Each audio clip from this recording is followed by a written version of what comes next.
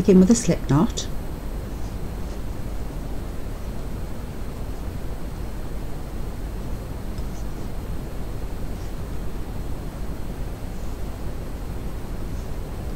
Chain 2.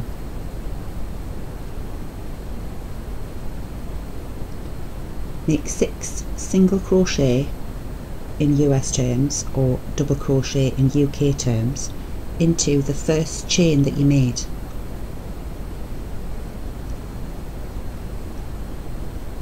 One,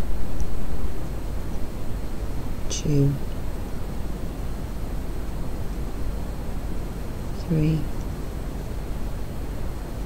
4, 5,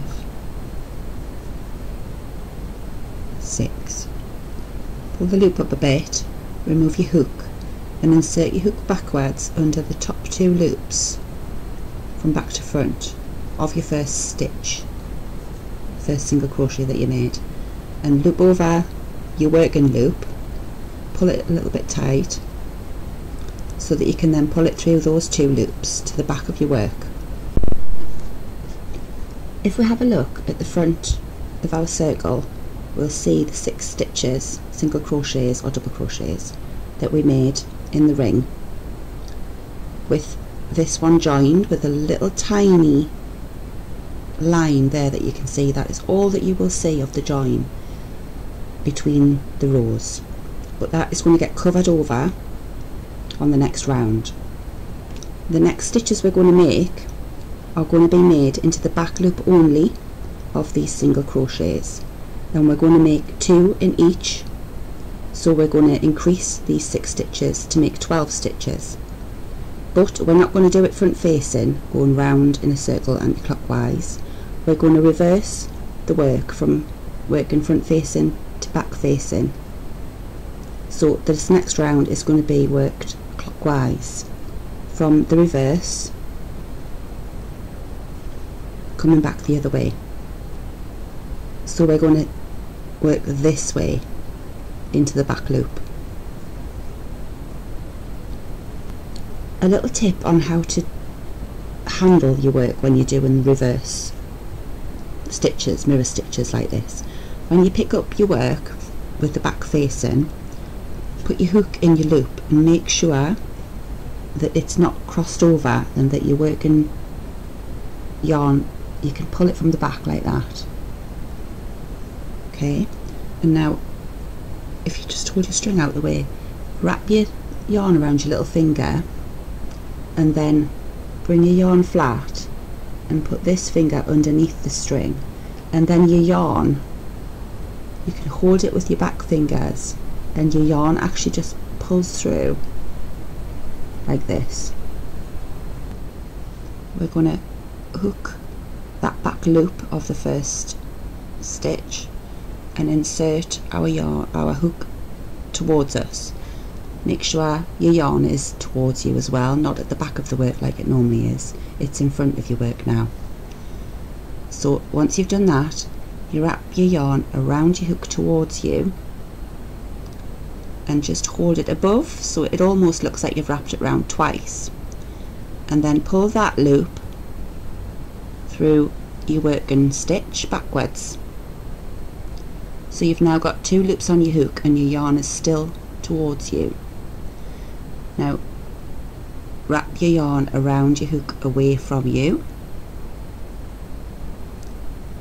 and pull that working yarn behind this wraparound. So because there's not a wraparound at the front, there's only a wraparound at the back, so you go behind that and then you go through middle of the first stitch and through the second stitch, and then you exit to the back of your work so that your yarn stays towards you.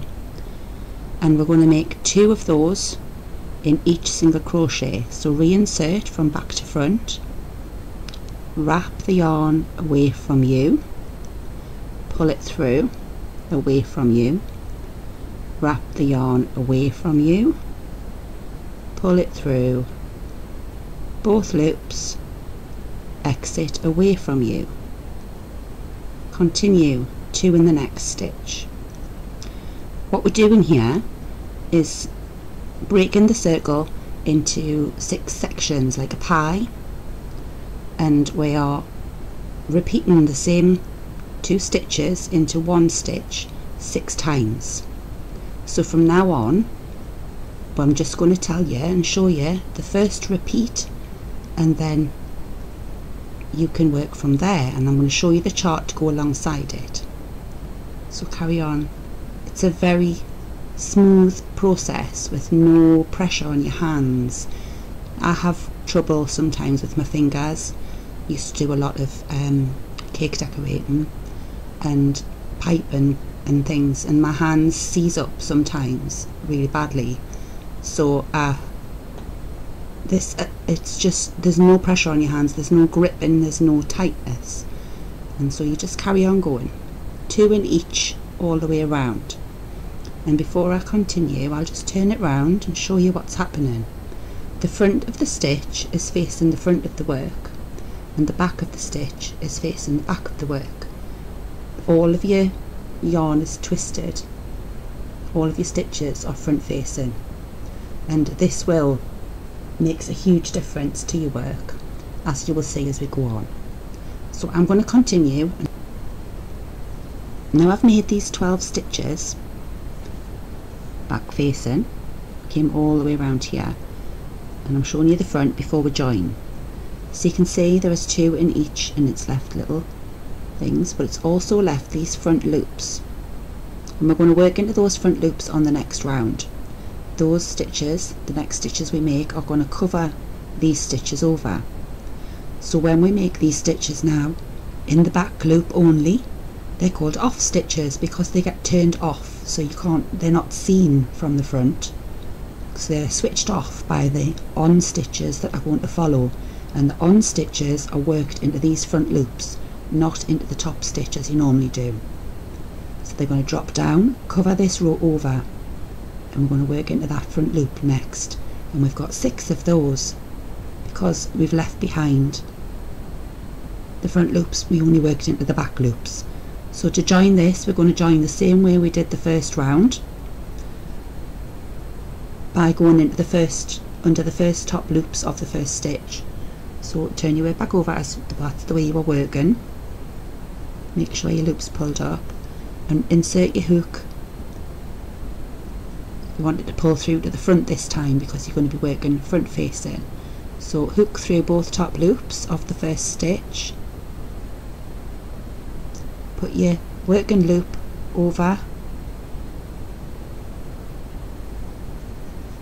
and pull that loop through your first stitch.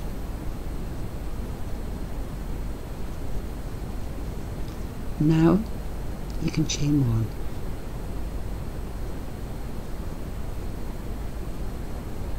And we're ready now. This is front facing, to come back the standard way you normally would come, front facing stitches, and we're going to work into these both front loops only. We're not going to work into this row at all. It's going to cause a flap behind that's not attached, and then we're going to put 3 in each of these front loops and leave this flap, and then on the row after that we're going to attach. We're going to lock those so that it's all solid, it becomes one. So to do this, you yarn over. In US terms this is a double crochet, but it's classed as a drop double crochet because double crochets are made into these loops here, but we're making it into this lower abandoned front loop on the row below, 2 rows below. So you insert your hook up over into the loop once you've wrapped, and then wrap your yarn round and pull it through, so you've got 3 loops. Yarn round towards you, everything on front facing rows is wrapped towards you, and on back facing rows it's wrapped away from you. So yarn over towards you, pull through 2, yarn over towards you, pull through 2. To do that again we need 3 in the same loop, so that's 1,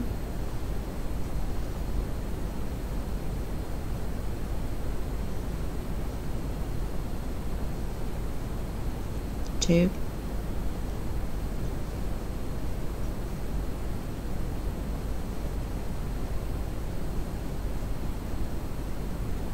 3. Now we find the next front loop, which is here. So yarn over towards you, 3 in here.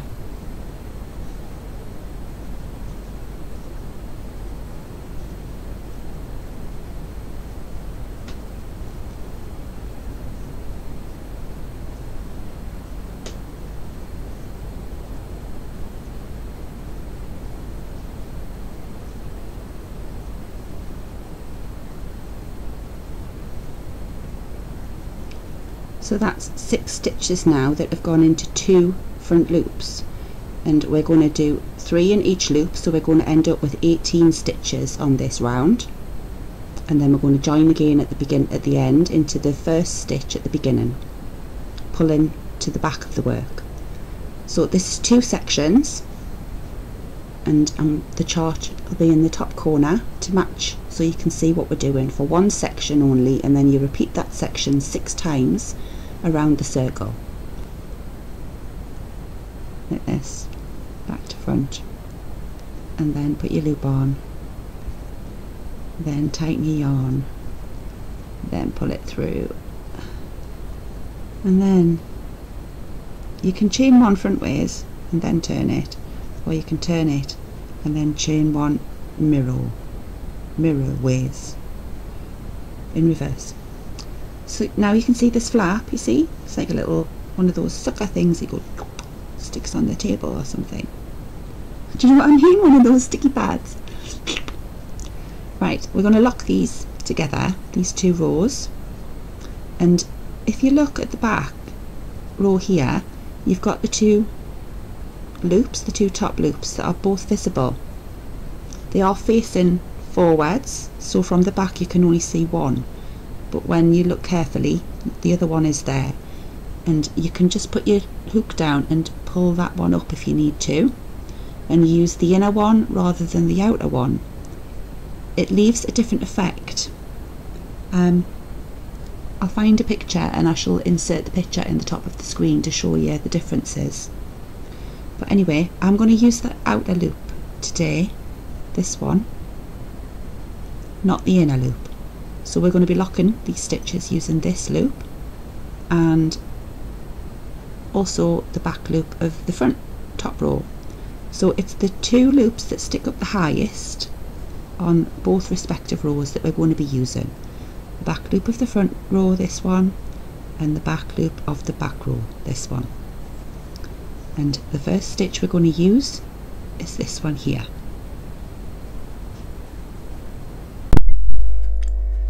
Before I start with the lock stitches, because we have to increase whilst locking into a lower amount of stitches, so you're working between 3 sets of numbers, but I've done the maths so you don't have to, but there are different ways of locking these stitches, which I'm going to explain to you in a second, but I just want to show you the difference so you know what I'm talking about when I do.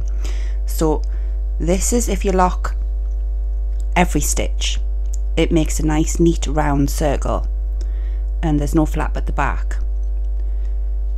This is if you only lock, you don't lock the increases, basically you only lock the stitches that are already there, and you still have no flap, but you have, it makes points because you haven't locked the 2 increases where you increase in the same stitch, you put 2 in the same stitch where you increase 1 on each section, but because you haven't locked it, it sticks out and makes a little hexagon. So if you want a nice neat round shape, they're both the same on the back, locked and flat, but like I say, locking every stitch, which I'm going to show you how to do, keeps it neat and round and compact. Whereas this one, if you don't lock the increases, gives you a more hexagonal shape, which does affect the outcome. So we'll continue.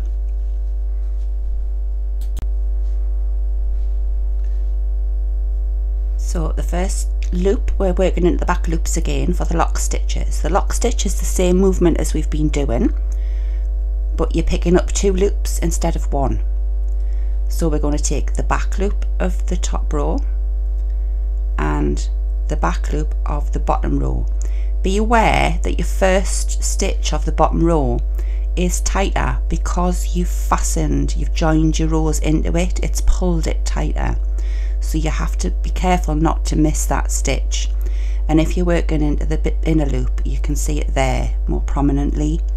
When you push it forward, you can see the first stitch, but it is always tighter. You can give it a little tug to make it more visible. If you find it easier to work in that first one there, you know, but you will leave a outer line if you do that. Anyway, so through both of those top loops, yarn over away from you because it's a back facing row. Pull through both of those loops, lift it up level, and then yarn around away from you, and then pull through both loops. So we've locked the first stitch of the first top row into the first stitch of the lower row. Now, because I'm going to lock all of the stitches to keep it round, I'm going to now lock the second loop into the same back loop. So now we've got 2 locked into that first stitch at the bottom. Yarn around away from me, pull through both of those loops, bring it up level, yarn around away from me, pull through 2, exit away from you again. Now we need to increase, so that second stitch at the front that we just locked here, I'm going to go into that same one, but I'm not going to pick up that first lock stitch, I'm going to pick up the second lock stitch here. Yarn around away from me, pull through both loops, bring it up level, yarn around away from me, pull through both loops, exit out. Now I'm going to take the next stitch on the top row, the third stitch, and I'm going to go into the same second lock stitch. Yarn around away from me, pull through 2, bring it up level, yarn around away from me, pull through 2 and exit out to the front. I'm just going to show you what I've done. You see they're both the same, 2 in each lock stitch, and at the front it looks like that. We've got a single one and a single one and 2 in the middle. So we've increased our 3 stitches into 4 stitches. All of those 4 stitches are worked into those 3 that were made into that 1 as in the chart. So we've increased from 1, we went to 2, but they're hidden, they were the off stitches, remember. Then we went to 3 of the on stitches. Now we've got 4 off stitches, and we're going to repeat this sequence 6 times. So just cover it again. Stitch 1 to lock 1,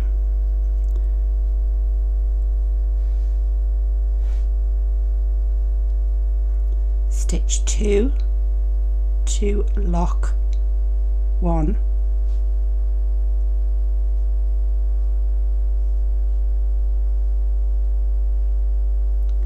stitch 2 to lock 2,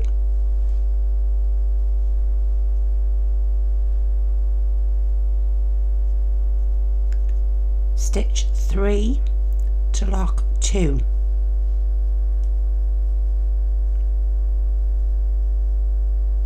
that's the second section complete.